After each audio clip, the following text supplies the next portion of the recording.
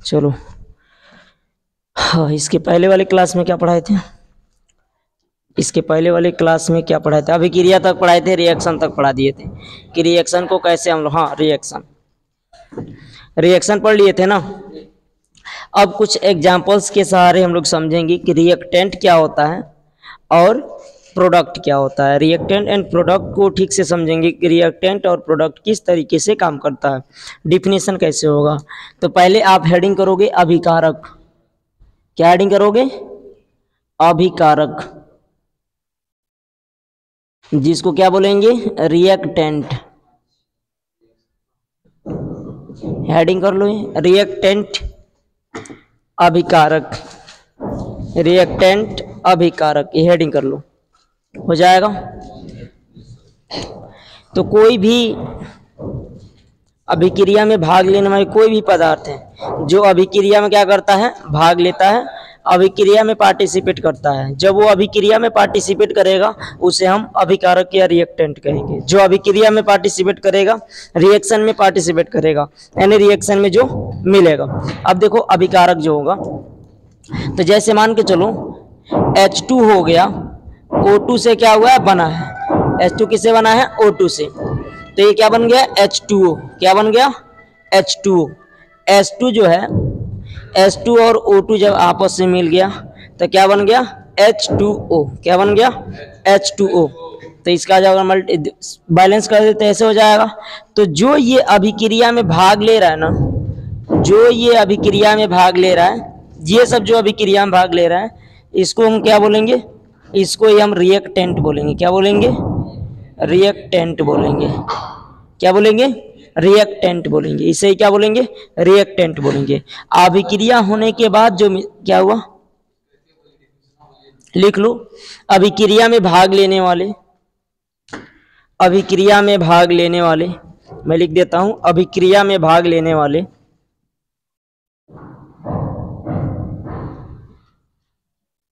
अभिक्रिया में भाग लेने वाले पदार्थों को अभिकारक कहते हैं। अभिकारक कहते हैं। जो भी पदार्थ है अगर अभिक्रिया में वो भाग ले रहा है उसे हम क्या कहेंगे? अभिकारक कहेंगे। जैसे एग्जाम्पल्स के रूप में आपके सामने लिखा हुआ है, ये भी लिख सकते हैं CaO प्लस H2O। जब ये दोनों एक दूसरे में कंबाइंड होंगे, अर्थात जब एक दूसरे के साथ ये रिएक्ट करेंगे तो ये बनाते हैं CaOH का होल ट्वाइस बनाते हैं। तो ये दोनों जो पार्टिसिपेट करा है, इन दोनों को ही हम क्या बोलेंगे? रिएक्टेंट बोलेंगे। क्या बोलेंगे? रिएक्टेंट बोलेंगे। आप रिएक्टेंट का मतलब समझते हो, अभिकारक होता है। इसका अन्य नाम बहुत सारा होता है। रिएक्टेंट कहिए यानी इसको अभिकारक कहिए, अभिकर्मक कहिए, क्रियाकारक कहिए, सब के सब बात क्या है? एक ही है, इसमें किसी प्रकार का कोई फर्क नहीं है। तो मीन्स एग्जाम्पल्स के रूप में आप इसको कंटेक्ट कर लेंगे, एग्जाम्पल्स के रूप में इसे नोट कर लेंगे। जैसे अभिक्रिया करने के लिए रेडी है मतलब अभिक्रिया करेगा, ये अभिक्रिया करने के लिए रेडी है मतलब अभिक्रिया करेगा, ये अभिक्रिया में पार्टिसिपेट करेगा कि कौन से अभिक्रिया को हम किस तरीके से बनाए। तो जब अभिक्रिया में ये पार्टिसिपेट करेगा तो ये रिएक्टेंट कहलाएगा, या अभिकारक कहलाएगा, या अभिकर्मक कहलाएगा, या क्रियाकारक कहलाएगा। मतलब इसका अन्य नाम है। अन्य जब से रिएक्टेंट कहिए, अभिकारक कहिए, या मन करे तो क्रियाकारक कहिए, या क्रियाकारक, या अभिकर्मक कहिए। अभिकर्मक मतलब अलग अलग नामों से इसे जाना जाता है, तो इसमें कोई कंफ्यूजिंग वाली बात नहीं है। तो आप अभिकारक को आसानी से समझ सकते हैं कि अभिकारक क्या है। अब नेक्स्ट जो हेडिंग करेंगे आप, उत्पाद करेंगे, क्रियाफल। उत्पाद या क्रियाफल हो जाएगा। उत्पाद क्या होता है या क्रियाफल क्या होता है, तो इसे नोट कर लेंगे। नोट करेंगे इसे, हो गया नोट? ठीक है, चलिए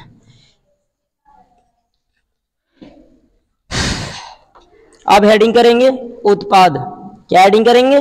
उत्पाद। जब इसको आप ठीक से पढ़ेंगे तो किसी प्रकार के रिएक्शन को ठीक से समझ पाएंगे, उसका प्रोनाउंसिएशन ठीक से कर पाएंगे कि उसका नाम कैसे हम लोग लिखेंगे। तब अगला हेडिंग जो होगा आपका उत्पाद होगा। हाँ, जिसको इंग्लिश में क्या बोलेंगे, प्रोडक्ट कहेंगे, प्रोडक्ट कहेंगे। अब उत्पाद का अन्य नाम भी है, क्रियाकारक के नाम से भी इसे जाना जाता है, सॉरी क्रियाफल के नाम से इसे जाना जाता है। किस नाम से, क्रियाफल के नाम से जाना जाता है, क्रियाफल, क्रियाफल के नाम से जाना जाता है प्रोडक्ट को। अब प्रोडक्ट को हम ठीक से कैसे समझेंगे, प्रोडक्ट क्या चीज है, तो उत्पाद का अभिक्रिया होने के बाद, अभिक्रिया होने के बाद जो पदार्थ में प्राप्त होता है उसे हम क्या कहेंगे, क्रियाफल कहेंगे या प्रोडक्ट कहेंगे। ठीक है, अभिक्रिया होने के बाद लिख लीजिए, अभिक्रिया होने के बाद, हाँ, जो पदार्थ प्राप्त होता है उसे उत्पाद कहते हैं।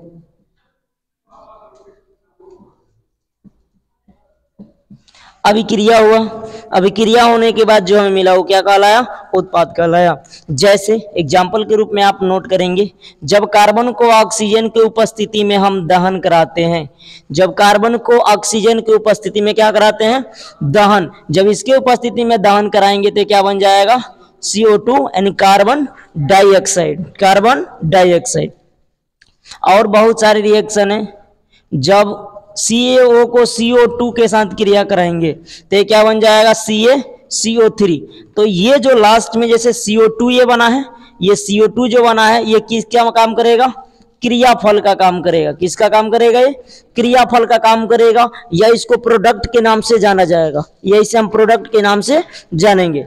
जैसे कैल्शियम ऑक्साइड, इसी को बोलते हैं बिना बुझा हुआ चूना, CaO, इसका अन्य नाम क्या है, बिना बुझा हुआ चूना, बिना बुझा हुआ चूना, मतलब ये जल के साथ रिएक्ट नहीं किया है, इसे बिना बुझा हुआ चूना बोलते हैं, या सूखा चूना के नाम से इसे जान सकते हो, कोई दिक्कत नहीं है। यह आपका CO2 है तो इसको बोलेंगे कार्बन डाइऑक्साइड गैस, या यही फार्मूला होता है शुष्क बर्फ का। अन्य नाम जैसे कंपाउंड्स नेम इसका होता है शुष्क बर्फ के नाम से इसे जाना जाता है। तो यहाँ पे क्या हो जाएगा, ये शुष्क बर्फ का फार्मूला हो जाएगा, शुष्क बर्फ, शुष्क बर्फ, तो ये शुष्क बर्फ का फार्मूला है। अब ये कैल्शियम कार्बोनेट है, संगमरमर है, चूना है, ये क्या है, ये आपका जो क्रियाफल है, क्रियाफल, क्रियाफल, इस क्रियाफल को क्या बोलेंगे, संगमरमर का यही सूत्र है, संगमरमर, ठीक, या चूना कह लो, या खड़िया कह लो, खड़िया, या चाक कह लो, या कैल्शियम कार्बोनेट कह लो, इतने नामों से इसे जाना जाता है। ऑनलाइन वाले इसको ठीक से नोट करेंगे और ईमानदारी के साथ पढ़ेंगे। ठीक है, चलो नोट करते चलो, हो गया नोट, नोट कर लिया आदित्य, ठीक है।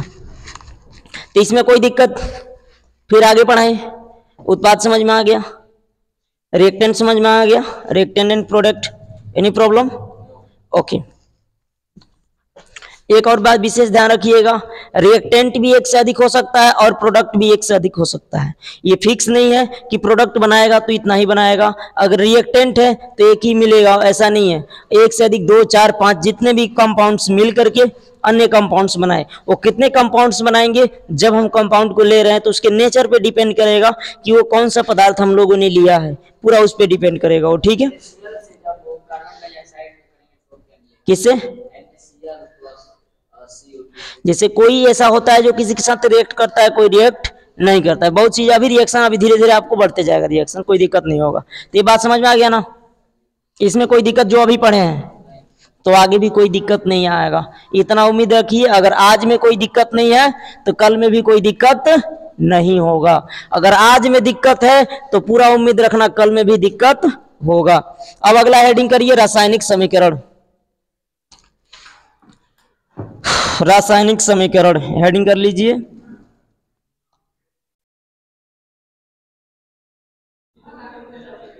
रासायनिक समीकरण, जिसको हम लोग क्या बोलेंगे, केमिकल इक्वेशन। क्या बोलेंगे, chemical equation.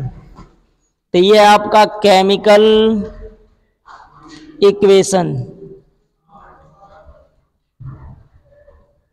Chemical equation heading कर लीजिए, रासायनिक समीकरण या केमिकल इक्वेशन। आप लोग भी हेडिंग करें ऑनलाइन वाले, ये नहीं कि अकेले बैठे हो तो आप ऐसे ही बैठ जाओगे।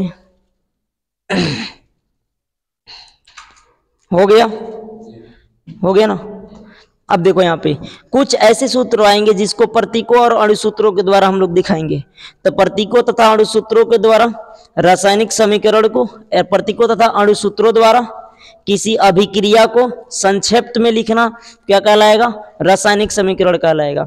अब प्रतीक और अणुसूत्र क्या है, जैसे हम एलिमेंट पढ़ते हैं तो एलिमेंट का प्रतीक लेते हैं, जैसे कार्बन का C, नाइट्रोजन का N, ऑक्सीजन का O, ऐसे सीखे हैं, ऐसे सुने हैं।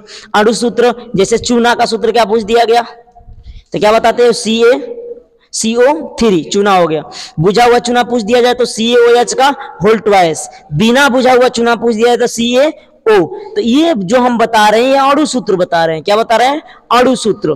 तो यहाँ पे बताया गया प्रतीकों तथा अणुसूत्रों द्वारा किसी अभिक्रिया को संक्षिप्त में लिखना ही क्या कहलाएगा, रासायनिक समीकरण कहलाएगा। तो मेरे साथ साथ आप नोट करेंगे, देखिए प्रतीकों तथा अणुसूत्रों द्वारा, प्रतीकों तथा अणुसूत्रों द्वारा रासायनिक अभिक्रिया को, ये रासायनिक समीकरण भी कह सकते हैं, रासायनिक अभिक्रिया को संक्षेप में लिखना ही रासायनिक समीकरण कहलाता है, रासायनिक समीकरण कहलाता है। तो अब रासायनिक समीकरण का डिफिनीशन दे लेंगे, कोई दिक्कत।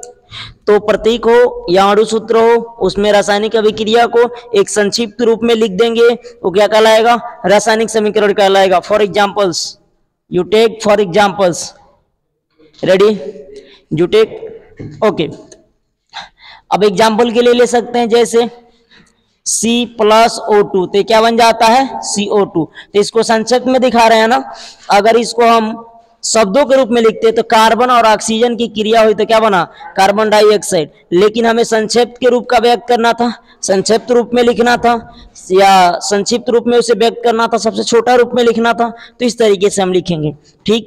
अगर CaO और CO2 क्रिया करा तो क्या बन जाएगा, CaCO3। इसी CaO का क्रिया हम किसके साथ करा दे, जल के साथ करा दे तो CaOH का होल ट्वाइस बन जाता है। बात सुने हो। तो ये जितने भी लिखे हैं इसी को बोलते हैं रासायनिक समीकरण। ये जितने भी लिखे गए हैं इसको ही बोलेंगे क्या, रासायनिक समीकरण। कोई दिक्कत, केमिकल इक्वेशन नोट कर सकते हैं, कोई दिक्कत है तो बताइए। समझ में आ गया, नोट करिए, जल्दी नोट करते चलिए। देखिए अब आप लोगों को एक दिक्कत होगा, नहीं स्टॉप नहीं किया उनकी, तो इसमें देखिए आपको पता चल रहा है कि ये कैसे 2 इधर आ गया, कंफ्यूजन है। देखिए कंफ्यूजन को दूर करने का सबसे सस्ता उपाय क्या है, यहाँ पे एक O है कि नहीं है, यहाँ पे एक O है कि नहीं है, H कितने हैं, 2। तो इसको अगर हम लिखना चाहें तो OH पर एक आयन, OH पर एक आयन लिख दे तो कोई दिक्कत नहीं ना है। अब बताओ, जो कैल्शियम है तो कैल्शियम हम आराम से लिख दिए। अब कैल्शियम पे आयन कितने होते हैं, 2 होते हैं। तो एक आयन से ये उदासीन हो जाएगा और एक आयन से ये उदासीन हो जाएगा। तो Ca तो अकेले है लेकिन OH कितने हैं, तो इसलिए CaOH का ट्वाइस। अब बात समझ में आई, कोई दिक्कत। तो इस वजह से वह कुछ बेसिक में गया है। जैसे मान के चलो कोई भी चीज बनानी है, मत छत पे जाना, धरती से ही तो जाएंगे, नीचे से ऊपर जाएंगे। तो वही बात है, पहले इसके बेस पे जाया जाता है, इसमें कितने आयन हैं, कितने मूलक थे। इसलिए आपको पहले बेसिक पढ़ाया गया कि हाँ इस आयन पे इतने हैं, इस तत्व पे इतने मूलक होंगे, इतने आयन होंगे, इसलिए आपको पहले पढ़ाया गया। रेडिकल जो पढ़ाए थे ना, Ca+ का 2 अपने आप में एक रेडिकल है या मूलक है। अगर Cl- लिखाए थे, ये भी अपने आप में क्या है, मूलक है या रेडिकल है। NH3 प्लस लिखाए थे, ये मूलक है या रेडिकल है। बात समझ में आ गई, कोई दिक्कत इसमें? अब चलो अगला हेडिंग कर लो, ये लिख लिए हो ना सब लोग, रासायनिक समीकरण। अब अगला हेडिंग करो संतुलित समीकरण। संतुलित समीकरण, असंतुलित ही सबसे बड़ा भूमिका निभाता है बोर्ड एग्जाम में। संतुलित समीकरण क्या होता है, बच्चों को संतुलित करने का ढंग नहीं आता है, और इसलिए नहीं आता है क्योंकि वो प्रैक्टिस नहीं करता है। जब वो प्रैक्टिस करता तो आराम से किसी भी समीकरण को संतुलित कर सकता था। तो आप संतुलित समीकरण हेडिंग करिए, संतुलित समीकरण, या इसको क्या बोलेंगे, बैलेंस इक्वेशन। क्या बोलेंगे, बैलेंस इक्वेशन। कोई दिक्कत? संतुलित समीकरण या बैलेंस इक्वेशन। अब यहाँ पे देखिए, आप जैसे गणित में बराबर का चिन्ह ऐसे पढ़ते आए हो, शुरू से तो पढ़ते आए हो ना, लेकिन केमिस्ट्री में बराबर का चिन्ह तो ये है ना, वेच गिब्स के नाम से इसे जाना जाएगा, यही है आपका हो जाएगा। तो यहाँ पे देखो इसका डिफिनीशन कैसे बनाओगी, तीर के दोनों, ये तीर है ना पूरा, तीर के दोनों तरफ तत्वों की परमाणुओं की संख्या यदि बराबर है तो संतुलित, यदि बराबर नहीं है तो असंतुलित। जैसे एग्जांपल के रूप में ले लो, H2 और O2 आपस में रिएक्ट करा, तो इसको दहन कराने के बाद, दहन का मतलब जलाने के बाद बनेगा।